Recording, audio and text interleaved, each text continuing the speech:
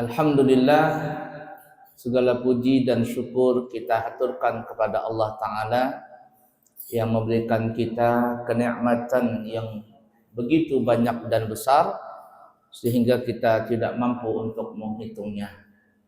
Semoga Allah Subhanahu wa Ta'ala menjadikan kita semuanya orang-orang yang pandai bersyukur, bukan menjadi orang yang kufur. Amin ya rabbal alamin. Kembali kita di dalam majlis bulanan di Pondok Pesantren Al-Islami Nurul Anwar yang hari ini juga turun hujan dan hampir mungkin 80% setiap kali ada kegiatan di pesantren ini pasti turun hujan. Dari pertama kali pembukaan lahan di awal di atas sana itu hujan juga. Sampai sekarang juga hujan terus-terusan.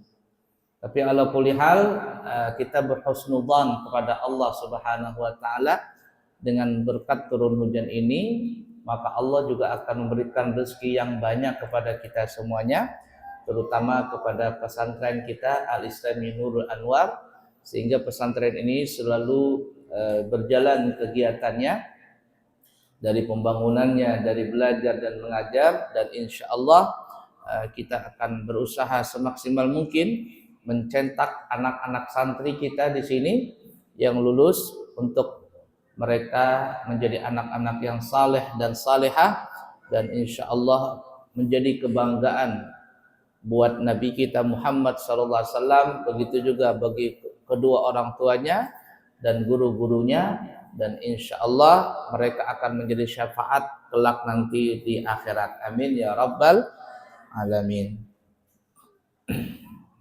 Bapak Ibu para jamaah sekalian yang disayangi Allah dan dicintai Allah. Suatu ketika Nabi kita Muhammad sallallahu alaihi wasallam berjalan di pasar. Ini menunjukkan bahwa tidak ada larangan dan bukan menjadi hinaan bagi seseorang yang pergi ke pasar. Bahkan ada doa khusus. Kalau kita masuk pasar itu kita dianjurkan berdoa. Nah, jadi bukan berarti kalau orang yang masuk ke pasar itu lalu menjadi hina dan sebagainya, enggak. Nah, boleh saja ke pasar. Guru-guru kita juga banyak yang ke pasar untuk berbelanja, jualan dan sebagainya. Bahkan sebagian guru-guru kita itu mereka yang berbelanja ke pasar. Bukan istrinya, bukan pembantunya, tapi dia sebagai suami yang berbelanja ke pasar, beli sayuran, beli ikan dan sebagainya. Dan memang itu kewajiban bagi seorang suami, dan juga tidak ada hinaan bagi orang-orang yang belanja ke pasar. Tapi biasanya kalau guru-guru yang belanja ke pasar, pulang-pulang nggak belanja. Ujung-ujungnya penuh kantongan, cuman diberi semuanya. Abuya biasanya kalau ke pasar baru itu paling malas sudah. Karena kalau ke pasar baru pulang-pulang bukan belanja, pulang-pulang penuh kantongan, hasil dibari-bari orang saja. Ya kalau sekali dua kali dikasih tidak apa-apa, tapi kalau keseringan malu juga. Nah ya, ala kulli hal seperti itu. Nah jadi Nabi kita Muhammad sallallahu alaihi wasallam suatu ketika beliau berjalan di pasar, melewati orang yang sedang berjualan gandum. Lalu Nabi melihat ada gandum yang dijual ini ada sedikit agak lain begitu. Lalu Nabi pun memasukkan jarinya ke dalam gandum tadi, tek begitu, ke dalam gandum. Kemudian diangkat sama Nabi, basah gandum tadi. Yang di atasnya kering, tapi yang di bawah basah. Lalu Nabi bertanya, apa ini? Apa kamu maksudnya ini? Kata orang ini, asabahul matar ya Rasulullah. Ini gandum terkena hujan. Nah, yang basah kutaruh di bawah, yang kering kutaruh di atas. Lalu Nabi mengatakan, siapa yang menipu maka bukan golongan kami. Siapa yang menipu maka dia bukan golongan kami. Artinya dalam kasus ini kata Nabi, alangkah baiknya barang yang jelek itu ditaruh di depan supaya orang tahu ini yang baik, ini yang tidak baik. Jangan yang tidak baik ditutupin, ditunjukkan cuman yang baik. Sehingga nanti ketika orang beli, akhirnya orang itu merasa tertipu dengan jualan kita. Nah, ini satu pelajaran buat kita dalam hidup dan kehidupan kita. Kita hidup biasanya pasti ada transaksi, berkomunikasi dengan manusia, terutama jual beli dan sebagainya. Pada saat kita berjual beli, maka tidak boleh kita menipu orang, membohongi orang, atau kita menutupi aib-aib daripada jualan kita. Orang yang berinteraksi dengan sesama, alias dalam berjual beli dan lain sebagainya, itu biasanya terbagi menjadi dua. Pertama, ada orang yang berjual beli barang. Berjual beli barang. Barang apapun ya. Baik barang yang bergerak, yang tidak bergerak, dan lain sebagainya, itu semuanya barang. Yang kedua, orang yang berjual beli, bahasa kitanya ya, berinteraksi dengan jasa. Jasa ini ya seperti umpama guru, PNS, apalagi operator, apalagi tukang, pemborong.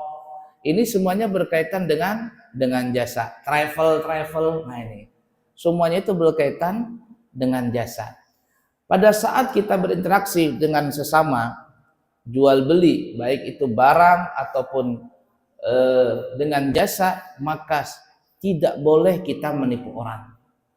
Kalau seandainya kita menipu orang, menutupi keaiban yang ada dari apa yang kita suguhkan kepada orang tersebut, lalu orang yang berinteraksi dengan kita merasa tidak suka karena kebohongan kita, maka ini di akhirat akan besar tanggungannya, akan besar akibatnya.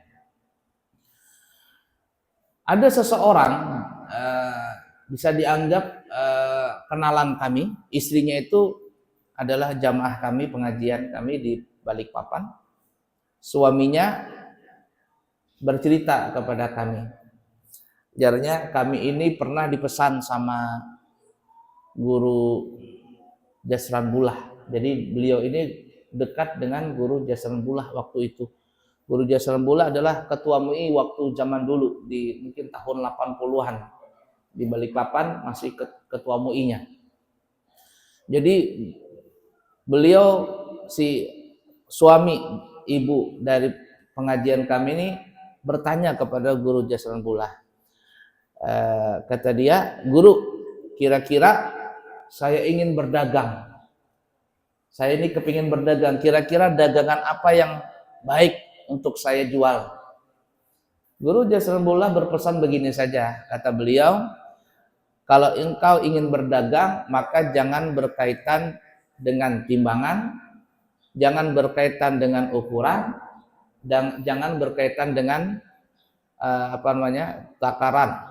Ya, jadi jangan berkaitan dengan timbangan, takaran, dan ukuran. Itu aja pesan beliau. Kenapa? Karena banyak sekali seseorang penjual menipu pembeli di dagangan ini yang berkaitan dengan timbangan, takaran, atau ukuran.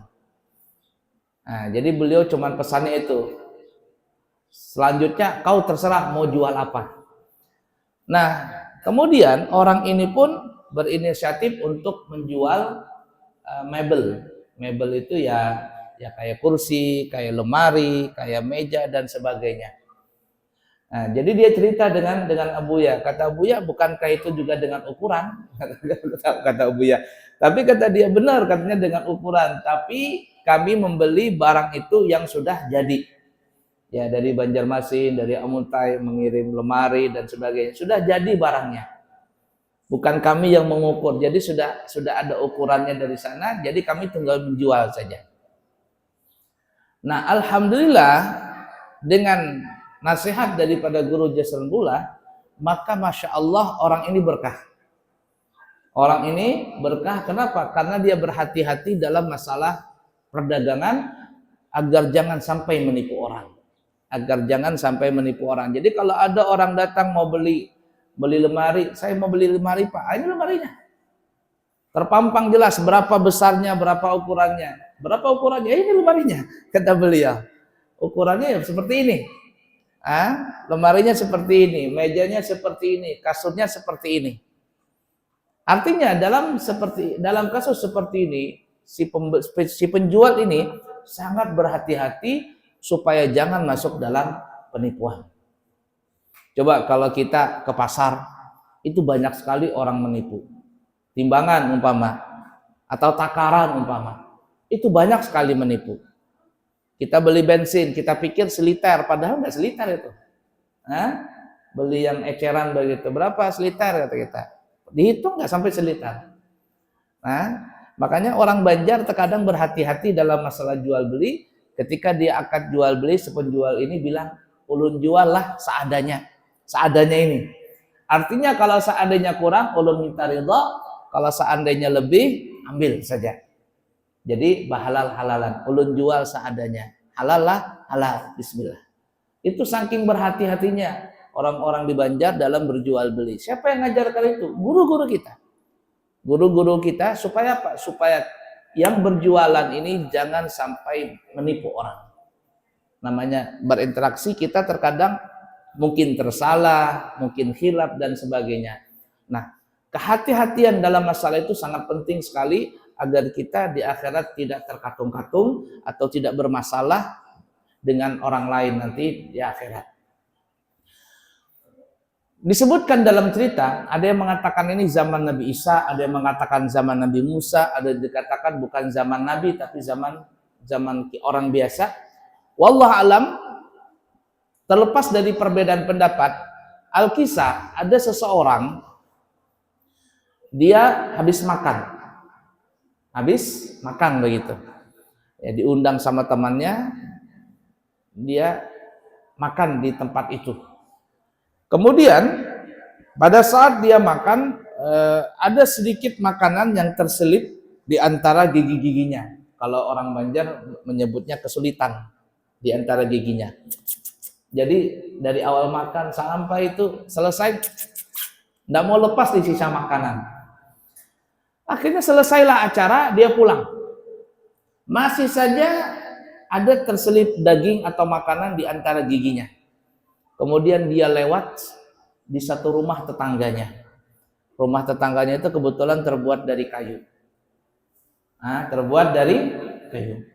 Kemudian dia ngelihat di rumah tetangganya itu ada, jar orang Banjar susuban. Tahu susuban? Nih di ujungnya ini kayak ada lidi. Tuh. Kayak ada susuban. Tanpa berpikir panjang, si orang ini pun melepas susuban tadi, tak begitu. Dipatahnya tanpa minta izin lebih dahulu kepada si pemilik rumah.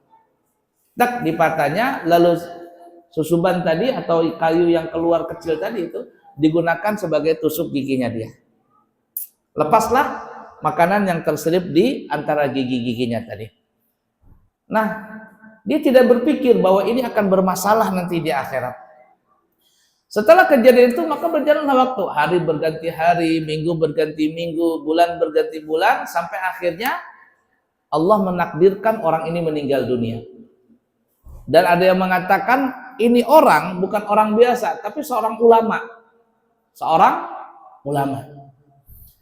Nah, ketika meninggal dunia, ada muridnya bertemu. Ya, jadi setelah meninggal dunia, si ulama ini dikubur dan seterusnya. Di suatu malam, muridnya ini bermimpi dengan si orang ini. Anggaplah gurunya tadi. Mimpi dia, si murid ini. Dia melihat gurunya itu sedang disiksa di alam kubur, sedang disiksa. Muridnya ini bingung. Bingung. Lalu dia bertanya, "Wahai guru, kenapa engkau disiksa di alam kubur?" Bukankah engkau orang alim? Bukankah engkau orang yang ahli ibadah? Bukankah engkau orang yang baik? Nah, lalu apa dia bilang? Si gurunya bilang, alhamdulillah, kata dia. Kata gurunya, Allah masih mempertemukan saya denganmu di alam mimpimu. Kata gurunya, memang benar, saya alhamdulillah orang yang berilmu, orang yang rajin ibadah. Tapi ada satu dosa yang aku kerjakan, dan yang dosa inilah yang menyebabkan aku tersiksa di alam kubur ini. Na'udzubillah min dzalik, nasallallahu alaihi. Muridnya bertanya, apa itu guru? Nah, gurunya bilang begini, saya pernah pulang dari selamatan, dari undangan, ada sisa makanan di antara gigiku ini. Kemudian aku melewati rumah tetanggaku, ada sebuah susuban, lidi atau apa, keluar dari rumah tetanggaku itu. Ku ambil, ku patahkan susuban tadi tanpa aku minta izin lebih dahulu. Gara-gara itu, aku disiksa di alam kubur ini. Nah, kata gurunya, untung Allah masih mempertemukan aku denganmu. Kau bangun, wahai muridku sekarang, kau datangi rumah orang itu dan kau mintakan halal untuk diriku. Kau bilang dengan rumah orang tua, dengan tetangga itu, bahwa aku minta maaf dan minta halal.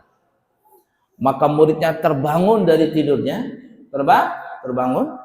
Oh, kemudian murid ini pun bergegas mencari rumah tetangga yang ditunjukkan oleh sang guru tadi.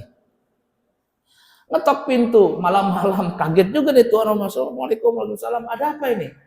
Maka sang murid ini pun menceritakan apa yang dia lihat dalam mimpinya. Kemudian sang tuan rumah ini berkata, ya sudahlah, nggak apa-apa.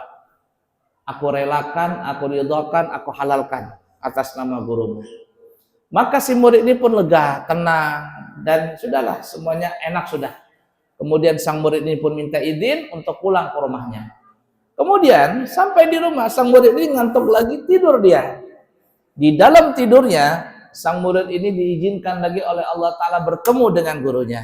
Dan gurunya, dia lihat gurunya ini tidak lagi tersiksa. Gurunya sudah tenang, damai, tentram, bahagia di alam kuburnya. Sang guru pun mengatakan, terima kasih wahai muridku. Alhamdulillah, ini mungkin karena ada berkah ilmu, ada berkah kebaikan. Allah mengizinkan aku bertemu denganmu, dan Allah membukakan pintu hati orang yang pernah kudzalimi tadi.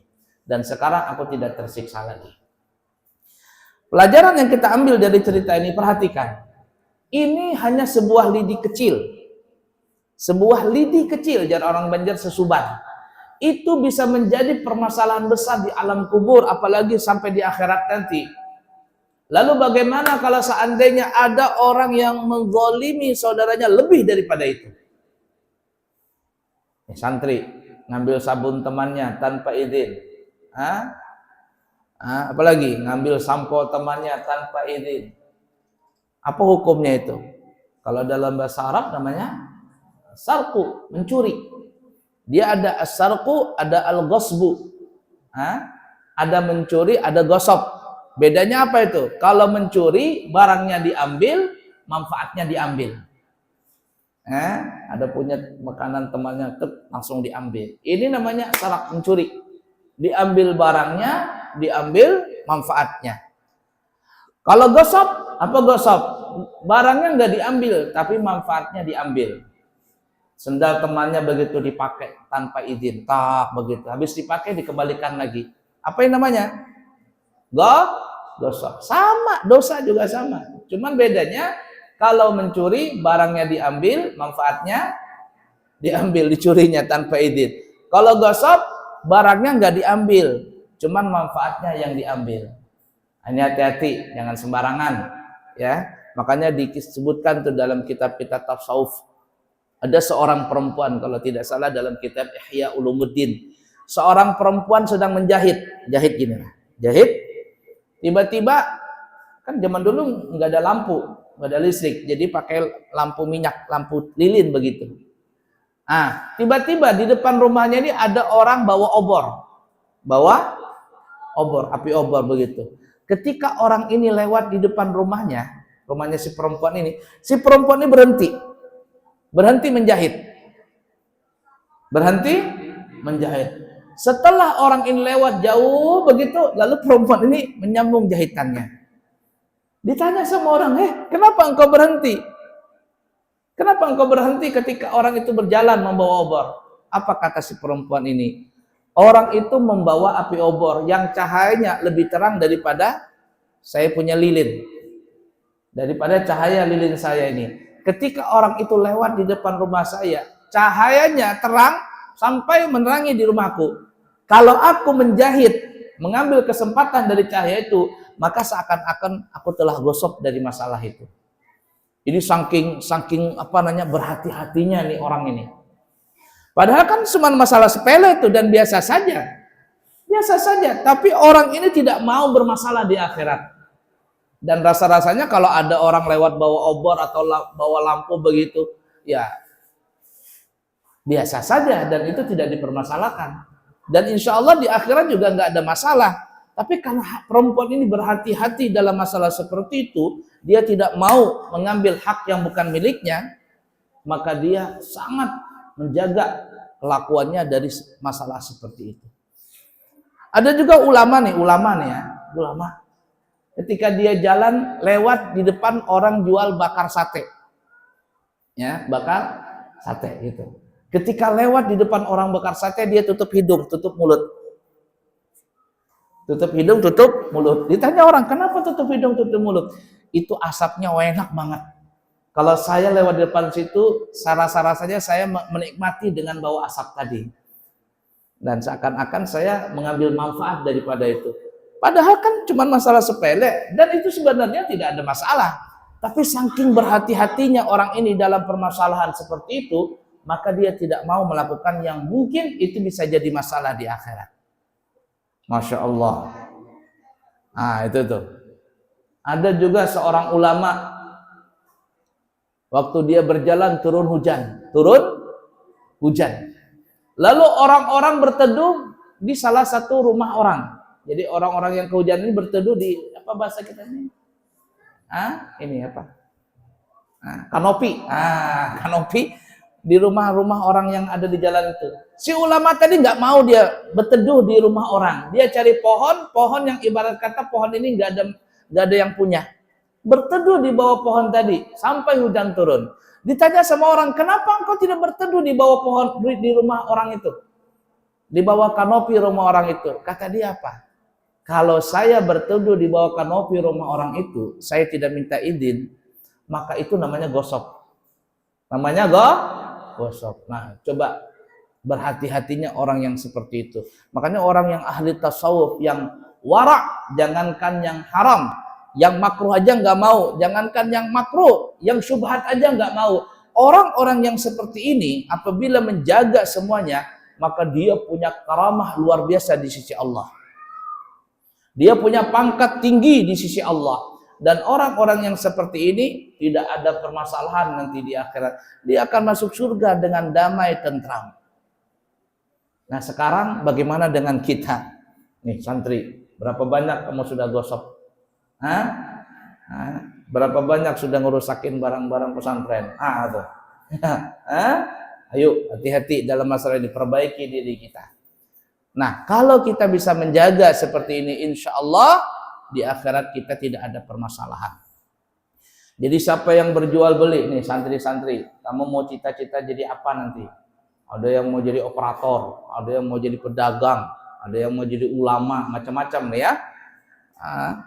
Hati-hati. Kalau yang berkaitan jual beli dengan barang, jangan sampai mengurangi timbangan, mengurangi ukuran, dan mengurangi takaran. Yang kedua, ada orang yang berjual beli bukan dengan barang, tapi dengan jasa. Hati-hati nih, jasa. Makanya sekarang kita lihat di PNS di mana-mana itu masuk kerjanya adalah dengan jam. Kalau kita lihat di kantor-kantor itu masuk jam 7. Jam 7 lewat 1 detik, Anda terlambat. Jam 7 lewat 1 detik atau lewat 1 menit, Anda terlambat. Kalau sudah terlambat, lalu Anda mengambil gajinya sempurna, maka Anda sudah korupsi di situ. Ya, ini ada Buya tanya, mau jadi apa? Kata Buya. Cita-cita mau jadi apa? Mau jadi ustadz kah? Enggak Buya. Jadi kiai kah? Enggak. Jadi apa? Operator katanya. Operator alat berat. Oh, kata Buya, boleh, boleh. Itu niat kamu, cita-cita kamu boleh saja, tapi hati-hati. Berapa banyak operator tuh? Umpama operator alat berat, kerjanya mulai jam 8 ya sampai jam 5, umpama 8 jam bekerja. Jam 8 tuh nggak kerja, cuman mesinnya nyala, mobil alat berat tuh, nah, 1 jam nyala, nanti baru dia jalan mobilnya, mogok sedikit, kerjain lagi. Apa ini? Ini namanya korupsi daripada waktu tadi. Tertulis itu 8 jam, padahal kerjanya cuma 5 jam, 6 jam. Kemana ini? Hati-hati dalam masalah seperti ini. Kalau ada orang yang seperti itu lalu mengambil gaji sempurna tapi tidak tepat waktu dalam bekerja, maka orang ini telah korupsi waktu namanya. Telah korupsi waktu. Begitu juga yang lain, yang jadi PNS, ya, yang jadi apa lagi? Yang berkaitan dengan jasa lah. Apalagi travel nih, Abu yang di travel nih ya. Hati-hati. Maka Abu yang terkadang tuh ribet sekali masalah travel ini. Kalau seandainya salah-salah, ya kita semaksimal mungkin nih jamaah nih kita layani dengan sebaik-baiknya. Tapi terkadang pada saat pelayanan itu kita tidak bisa mengelak daripada ketentuan yang telah ditentukan oleh pemerintah Saudi umpama. Ya, terkadang delay pesawatnya, terkadang hotelnya tidak sesuai dengan apa yang kita harapkan. Macam-macam kejadian itu. Lalu apa? Satu-satunya kita minta maaf sama jamaah. Minta maaf ya Bapak Ibu, ini bukan di luar kendali kami. Kami sudah semaksimal mungkin, sebaik mungkin untuk melayani Bapak Ibu, tapi beginilah kejadiannya. Nah, akhirnya apa? Enggak apa-apa katanya. Kita sudah bersyukur dibawa pergi haji, sudah bersyukur dibawa berangkat umrah ya dengan harga sekian. Alhamdulillah. Kalau seandainya berangkat sendiri mungkin nggak bisa. Ya sudah, maafan. Terkadang ada orang minta tukar sama Abu ya minta tukar uang real. Kata Abu ya, punya ATM nggak? ATM Visa? Nggak punya, cuman ATM biasa. Wah, nggak bisa dipakai itu. Kalau ada ATM Visa, nanti bisa ngambil uang di ATM itu. Caranya sama dengan kita masukkan kartu ATM di Indonesia. Kita ambil berapa real kita ambil, keluar di situ. Mau 500 real, 1000 real, keluar duitnya dengan bentuk real Saudi. Tapi terpotong uang kita, terpotong uang Indonesia. Kata Bu, itu lebih murah, 4.200 ke 4.300. Atau bawa tuh ke Sarafa sana, messenger sana, dan tukar uang di sana. Tapi terkadang ini jamaah nggak mau. Sama Buya aja katanya, kalau sama saya hitungannya bukan 4.300, bukan 4.200, 4.500. Mau nggak? Mau katanya, sudah. Akhirnya 4.500. Makanya terkadang Abu itu kalau pulang dari umrah, bukan nggak bawa uang, malah bawa uang. Terkadang bawa uang 10 juta, bawa uang 6 juta itu. Dari mana itu? Dari jamaah yang tukar-tukar uang tadi. Boleh nggak seperti itu? Boleh, asalkan kita terus terang. Ya, Abu bilang ini 4.500 nih kami jual. Ya nggak apa-apa katanya. Nanti umpama 1 juta, umpama 300 real berapa gitu. Akhirnya sudah bermaaf-maafan, tidak apa-apa kami kasihkan lebih katanya. Karena terima kasih kami dibimbing. Nah itu tuh. Jadi keterus-terangan di dalam semua permasalahan terutama interaksi dengan manusia yang jual beli barang atau jual beli jasa. Sangat diperlukan masalah seperti itu. Untuk apa? Supaya kita di akhirat jangan bersangkut paut dengan manusia. Nah, kalian santri-santri di sini belajar itu. Abu ya sudah ajarkan kamu berhati-hati dalam masalah ini. Berhati-hati.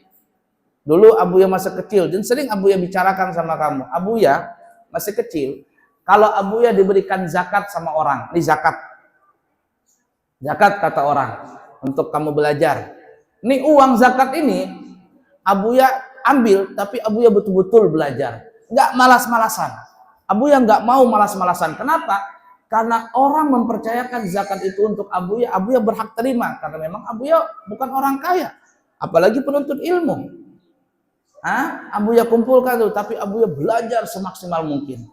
Dan alhamdulillah, ya beginilah hasilnya. Nah, kamu kalau dapat zakat dari orang, nah, kamu santri ya? Iya, Pak. Nih, saya kasih zakat kamu 500.000. Ini uang kamu belikan pulsa. Pulang kamu belikan pulsa. Pulsa HP. Lalu kamu main. Main apakah FFK? Apa FFK apa itu? Atau apakah yang kamu mainkan di situ? Atau nanti pacaran, janjian? Apa ini? Tanggung jawab kamu di akhirat nanti gara-gara uang itu. Kenapa? Orang memberikan zakat kepada kamu untuk kamu belajar. Tapi kamu gunakan bukan untuk belajar. Apa ini? Tanggung jawab di akhirat. Ini sering Abuya bicarakan sama kamu. Berhati-hati dalam masalah ini. Paham gak kira-kira? Nah, itu belajar. Supaya jangan sampai tersangkut paut dalam masalah itu. Nih Abuya pernah berapa kali pesantren. Abuya bukan satu pesantren saja. Pindah sana, pindah situ. Terkadang Abuya khawatir. Jangan-jangan dulu Abuya mondok masih kecil tuh terpakai barang pesantren. Terpakai barang pesantren. Atau ngambil semen pesantren. Atau apalah begitu. Mikir Abuya nih. Jangan-jangan di akhirat berbahaya nih. Datang Abuya bawa uang. 3 juta, 4 juta nih Abuya sumbangkan ke pesantren. Sembayangkan, siapa tahu Abuya dulu pernah ngambil barang-barang pesantren, semen kah, atau apalah ya, ngambil listrik apa nih. Mudah-mudahan dengan seperti ini di akhirat tidak ada sangkut paut lagi. Begitu Abuya ajarkan sama kamu. Ini enggak, ngambil sembarangan, apa dihancur-hancur punya motor baik. Sebulan 2 bulan hancur motornya. Apa aja barang di pesantren hancur semuanya. Tidak ada yang mau tanggung jawab. Oh, hati-hati nanti. Hati-hati. Itu penting belajar seperti itu supaya apa? Supaya di akhirat kita tidak bermasalah. Yang berhati-hati pun itu bisa bermasalah, apalagi orang yang tidak berhati-hati sama sekali. Nah, jadi penting dalam masalah seperti ini, apalagi kita mengarungi hidup di dunia ini hanya sementara. Jangan sampai gara-gara yang sepele itu di akhirat kita terkatung-katung. Nah, jadi apa kita punya kerjaan nanti? Ya, ini anak-anak, kamu mau jadi apa? Lulus dari ini, cita-citamu mau jadi apa? Mau jadi ulama, betul-betul jadi ulama. Mau jadi pedagang, ayo jadi pedagang. Mau jadi pedagang apa? Pedagang sayur, nurusin bapaknya. Ayo sudah Bapak. Mau jadi tukang, bapaknya tukang. Mau jadi tukang juga, ayo sudah terserah. Yang penting punya ilmu dulu. Kalau nggak punya ilmu, habis kacau. Yang mau jadi operator lah, ada yang mau jadi satpam lah, mau jadi macam-macam cita-citanya. Aku ya ngelarang. Cuman hati-hati, jangan sampai kita menzalimi orang lain. Nah, Bapak Ibu para jemaah sekalian yang disayangi Allah dan dicintai Allah, terakhir sebelum kita tutup, Nabi pernah bertanya kepada sahabat, hal ariftum manil muflis atau kama qala Nabi sallallahu alaihi wasallam. Dan Nabi, apakah kalian tahu wahai sahabat, siapakah orang yang bangkrut itu? Muflis, siapa orang bangkrut itu? Nah, sebelum kita sambung ceritanya, dulu di Jakarta, di tempatnya Umah ini, di daerah Cimanggis Depok, itu ada tetangganya Umah namanya Oplis. Namanya Oplis. Jadi dia cerita sama Abuya masih kecil, masih muda dulu. Katanya, saya ini Pak Ustadz kalau usaha itu pasti gagal. Pertama aja naik begitu. Nanti sebulan 2 bulan bangkrut, naik bangkrut. Jadi saya bilang, nama Bapak siapa? Oplis katanya. Oplis, kata saya sesuai dengan nama. Apa Oplis? Bangkrut. Oplis ya, bangkrut kata saya. Akhirnya ya sudah, kata saya berubah namanya, ganti namanya. Maka akhirnya dirubah namanya. Entah bagaimana keadaannya sekarang tuh. Jadi nama ini jadi mempengaruhi. Nama ini mempengaruhi. Karena namanya bangkrut benaran. Ya, jangan juga mentang-mentang namanya siapa? Namanya saya ada dalam Al-Quran. Apa itu? Ada. Tony. Mana ada Tony dalam Al-Quran? Ada. Nggak ada katanya. Coba, di mana? A'udzubillahi minasyaitonir rajim. Itu ada katanya, Tony katanya. A'udzubillahi minasyaitonir rajim. Tony katanya. Nah, jadi Tony itu nama dari syaitan. Tony. Ada juga orang bahari, punya anak, diberi apa namanya? Anakku kubari nama Abu. Kok Abu? Ya, nanti lihat besarnya. Kalau dia baik, Abu Bakar. Kalau dia jahat, Abu Lahab sekalian. Abu, ala kulli hal. Jadi Nabi bertanya, hal alimtum manil muflis? Apakah kalian tahu siapa orang bangkrut itu? Para sahabat bertanya, ya Rasulullah, orang bangkrut itu yang nggak punya uang. La dinara wa la dirham, nggak punya uang, nggak punya dirham, nggak punya dinar. Kata Nabi, bukan itu yang kumaksudkan. Kata sahabat, lalu yang bagaimana yang dimaksudkan orang bangkrut itu? Jar Nabi, orang bangkrut itu adalah orang yang nanti datang di akhirat, ya, bangkit dari kuburnya membawa pahala haji, berkali-kali hajinya. Kalau di Instagram tuh, di mana, di Facebook tuh ada namanya haji Utuy apa? Bangga sekali dengan 19 kali haji katanya. 19 kali haji. Bawa haji, pahala haji, bawa pahala umroh. Umrohnya setahun itu bisa 5 kali berumroh, la ilaha illallah. Saking banyaknya nih pahalanya. Bawa pahala salat, bawa pahala sedekah, bawa pahala puasa, banyak dia punya pahala. Mau masuk surga nih, mau masuk surga. Ketika orang ini mau masuk surga, di stop sama malaikat. Stop, mau kemana? Surga. Antar dulu pemeriksaan. Diperiksa, oh banyak pahalanya. Kata Allah Ta'ala bilang sama malaikat ini, kalau kita dramatisir, kata Allah, stop, orang itu jangan masuk surga. Kenapa ya Allah? Tunggu dulu. Maka datanglah orang-orang alias teman-temannya yang waktu di dunia, yang orang-orang ini pernah dizolimi sama orang yang banyak pahala ini. Datang mereka ngadu sama Allah, ya Allah, nih fulan pernah zolimin saya, nih fulan pernah nipu saya, nih fulan pernah gibah saya, nih fulan pernah memfitnah saya, nih fulan pernah menjatuhkan nama saya, nih fulan macam-macam nih. Banyak orang datang. 10, 20, 30, 40, 100, 200. Banyak. Kata Allah, tahan tuh orang yang mau masuk surga. Berikan pahala orang itu kepada orang-orang yang telah dia zalimi ketika hidup di dunia. Si fulan dapat pahala puasa, si fulan dapat pahala haji, si fulan dapat pahala zakat. Lalu apa yang terjadi? Orang ini kehabisan pahala. Pahala hajinya habis, pahala puasanya, zakat, sedekah, habis semua. Dibagikan kepada orang-orang yang telah dia zalimi ketika hidup di dunia. Ternyata orang yang dizalimi ini masih banyak lagi datang. Udah punya pahala lagi. Kata Allah, kalau dia nggak punya pahala, dosa-dosa orang yang telah dia zalimi, limpahkan kepada orang ini. Limpahkan kepada orang yang ini. Lalu apa yang terjadi? Itulah kata Rasul, orang yang bangkrut. Kalau ibarat kata pepatah, sudah jatuh, tertimpa tangga lagi. Apalagi? Kesiram cat lagi. Terpeleset lagi.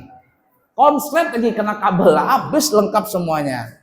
Inilah orang yang bangkrut tadi. Maka berhati-hatilah kita semuanya dalam hidup dan kehidupan ini. Jangan sampai kita menzalimi orang lain. Makanya kata ulama, ada orang ya, orang itu nggak pernah sholat. Maksudnya dia sholatnya wajib saja, nggak sholat puas, nggak sholat tahajud, nggak sholat duha.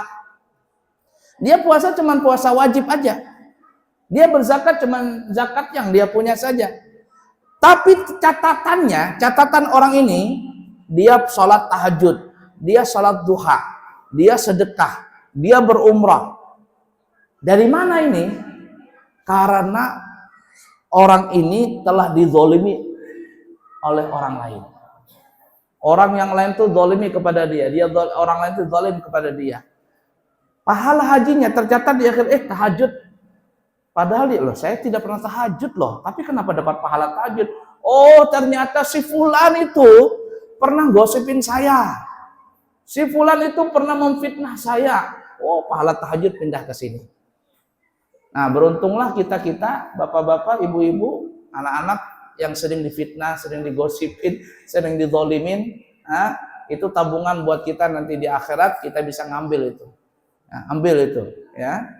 Ya Bu Yani terus terang ya, di pesantren ini mungkin ada hampir 200 juta tertipu.